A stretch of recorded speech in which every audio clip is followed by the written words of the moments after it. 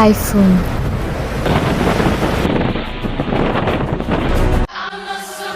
Floods.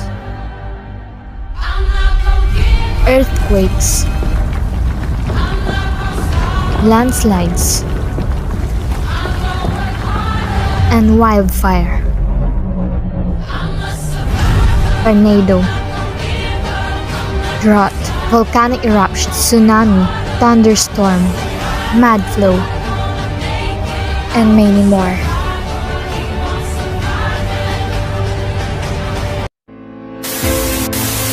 Sulat ng magnitude 6.6 na lindol ang katayan mas ang malalaking impact ng bato at lupa.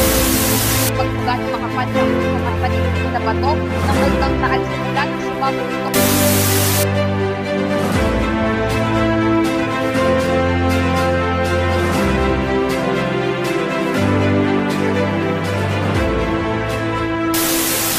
Hello guys, my name is Justin Dustin Limonchel and I'm 10 Mapagmahal. So, the main question is, what causes tsunami to occur? A tsunami is a series of extremely long waves caused by a large and sudden displacement of the ocean.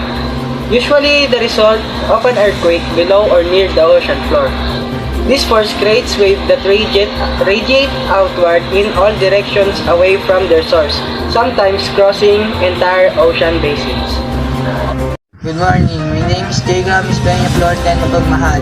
Tip Typhoon. A typhoon forms when winds blow into areas of the ocean where the water is warm. These winds collect moisture and rise, while colder air moves below. This creates pressure, which causes the winds to move very quickly. The winds rotate or spin around center called an eye. The effect of typhoons. Typhoons bring strong winds and heavy rains resulting in flooding, great damage to crops, houses, and buildings. And then, due to accident, climate change affect the increase in the intensity of typhoons. Once again, my name is Jacob Mispenya Flor 10 Mapagmahal.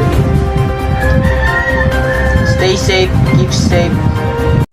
Magandang gabi, ako nga po pala si Rosalie Moraga, 10 Mapagmahal. Ang lindol ay isang sanhi ng isang mabilis na paglabas ng mga enerhiya na nanggagaling sa ilalim ng lupa. Madalas ang mga lindol ay sanhi ng paggalaw ng fault sa ibabaw ng bahagi ng mundo aircraft. Ang enerhiyang lumalabas ay sumasanga sa lahat ng direksyon mula sa kanyang pinanggalingan. Ang focus. Sa anyo ng mga sismikong alon. Ang anyo ng mga sismikong alon ay mahahalintulad sa anyo ng payapang tubig na hinulugan ng isang bato. Kahit na ang enerhiya ay marilis na nababawasan habang ito ay papalayo sa focus, may mga sensitibong kagamitan na nakatalaga sa iba't ibang panig ng mundo para itala ang mga pangyayari na ikinalaman sa pagyanig ng lupa. Hello everyone, this is Katrina History from 10 Mapagmahal, and I'm about to tell you the main and common causes of flooding. Number 1. Heavy rainfall. Heavy rainfall can occur due to various weather conditions. For example, tropical cyclones. It can form or transform into hurricanes and create a large amount of winds that can cause flooding, and deaths. So basically, kapag bumagyo or umulan ng malakas, pwedeng mag-cause ng baha or floods. Second example is collapsed dams. So we all know that dams are basically designed to hold water upstream. So kapag nasira ito or it begins to collapse, it will release large amount of water. At delikado rin ito lalo na sa mga naninirahan malapit sa mga dams, and it may also result in deaths. Sa huling example is snowmelt. So, sa word pa lang, malalaman na agad natin yung meaning ng snowmelt. So, basically, kapag natunaw ang snow or yellow or ice sa mga malalamig na lugar, magre-release ito ng water, na maraming water, and it can cause to flood. At ito rin ay nangyayari pagtapos ng lamig kasi natutunaw ang mga yelo dahil sa init. Good morning! morning everyone, my name is Jenny A. Camas from 10 Mapagmahal. Sanhi ng pagkakaroon bawi ang lahat ng mga uri ng buhaw ay lumit dahil sa banggaan ng mainit at malamig ng samasatot. Sa kasong ito, ang mga singaw ay nagpapalbas at ang init ay pinapam. Tumataas ito at lumilika ng nabawasan ng presyo kung saan nabuo alinsun sa mga batas ng pisika ang nakapalibot na hangin. Iguguhit mula sa tiyak na sandali. Ang prosesong ito ay nagmumula upang palakasin ang sarili dahil ang katunayan ng temperature na pinapalamig na masamang hangin ay nagiging mas mababa at ang pagtataas ng pagkakaiba sa presyo ito sa mga kasong ito na buo ang buhaw.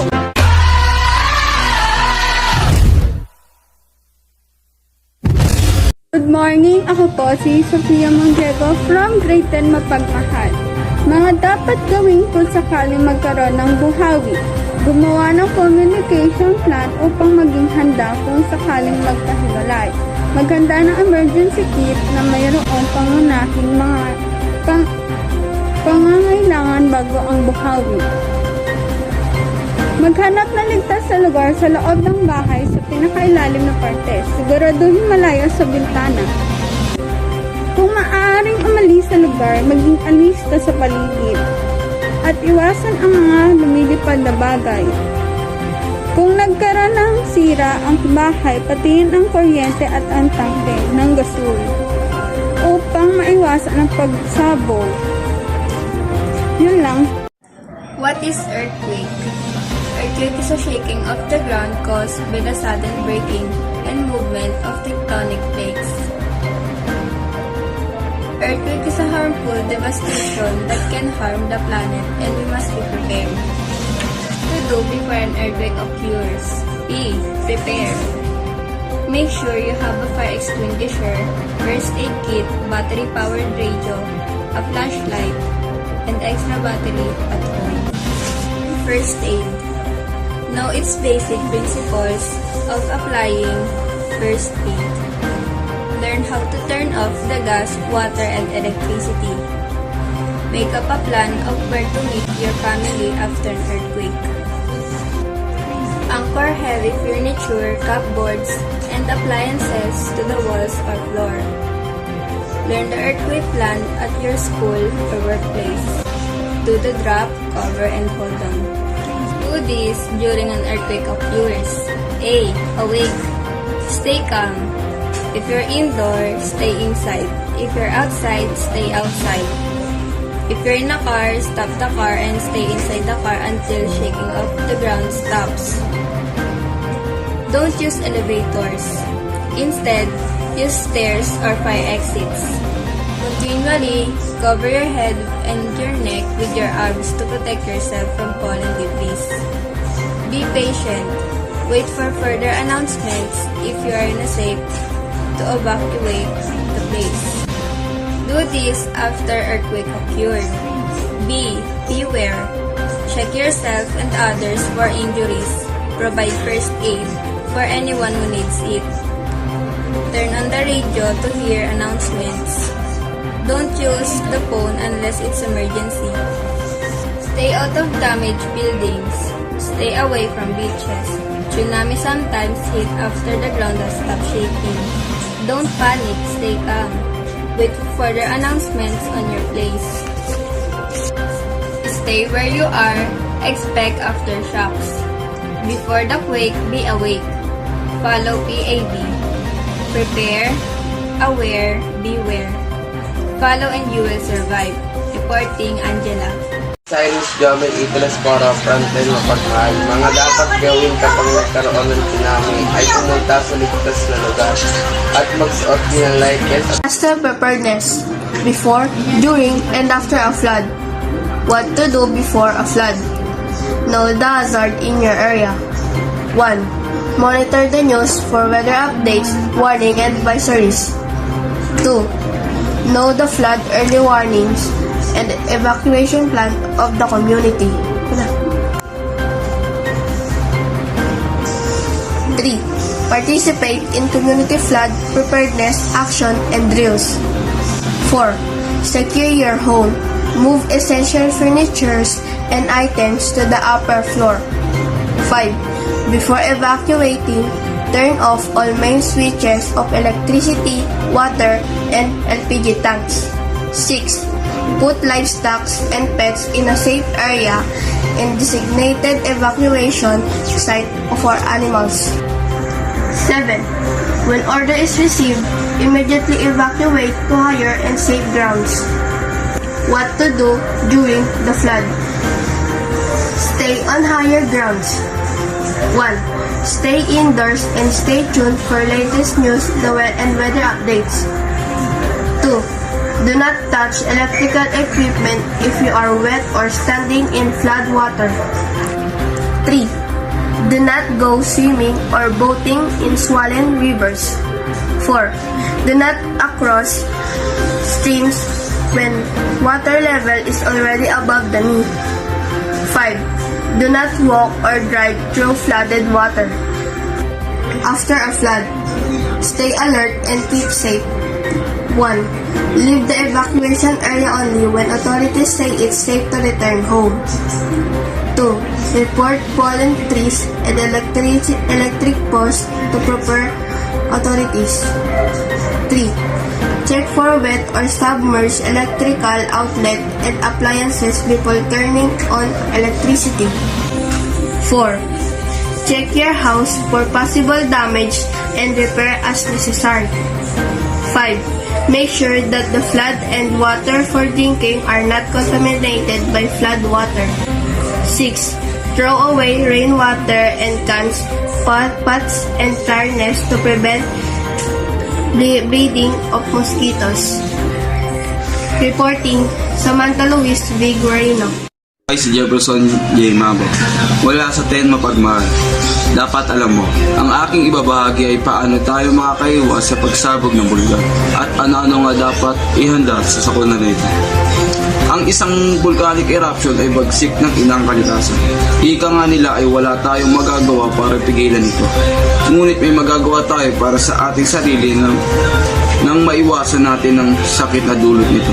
Maganda ng mga ilawan at radyong di baterya o pumunta sa evacuation center at magsuot ng face mask para sa kaligtasan ng ating lahat.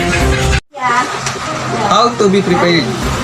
Be prepared either to shelter or to evacuate. Develop an evacuation plan and a sheltering plan for yourself, your family, and others in your household. Review the plans and make sure that everyone understands them if you haven't already done. So put together an emergency supply kit, the things you need to bring, the flashlight and extra battery, first aid kit, emergency food, water essential, medicine, battery-powered radio. Let's also include eye protection.